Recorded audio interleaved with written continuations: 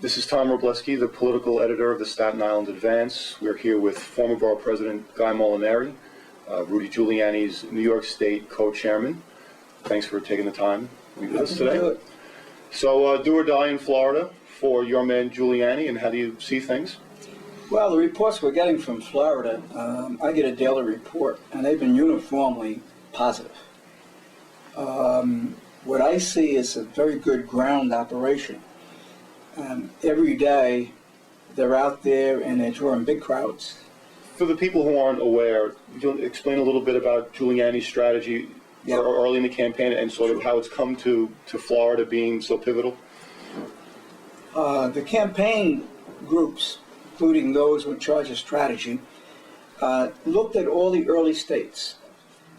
The Giuliani people looked at those states that preceded Florida, and they felt that they weren't particularly strong in any one of those.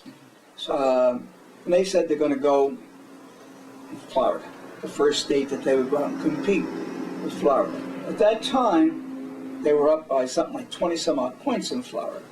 So I guess they assumed that if they dropped a couple of points, they still would run away with it. I have some problems with their assumptions. I have some problems with that strategy. I started sending some of our New York people from around the state up to New Hampshire. It was close, and I figured, well, you know, we should make a run in New Hampshire. It's close. It's a small state, only about 1 million voters.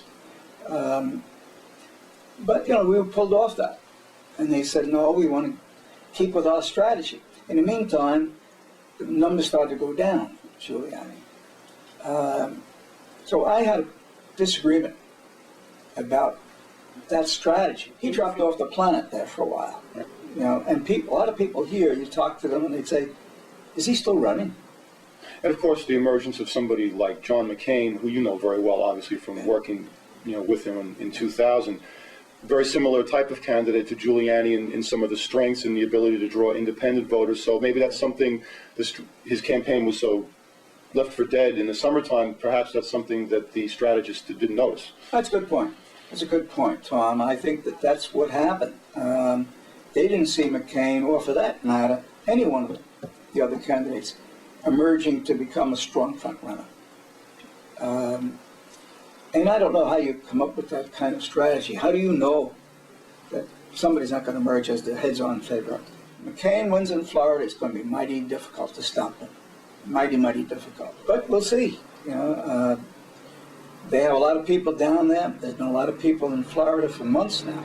And Giuliani's worked it very, very hard. Despite that, though, the polls are not really being very kind to him. I mean, you would figure a guy who's basically been living in Florida, and now he's something I saw today, Romney and McCain now, and then Giuliani third. Right.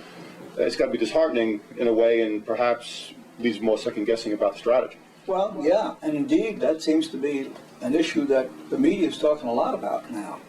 If he wins Florida, I think they can say with some certainty it was the right strategy. And again, I'm getting nothing but good reports about the ground operation there. You know, it's going to be pretty difficult if he doesn't win Florida to have any momentum. I think he's still ahead, but not by that much. So, but that all becomes history. If he wins Florida, he then is the odds-on favorite to win.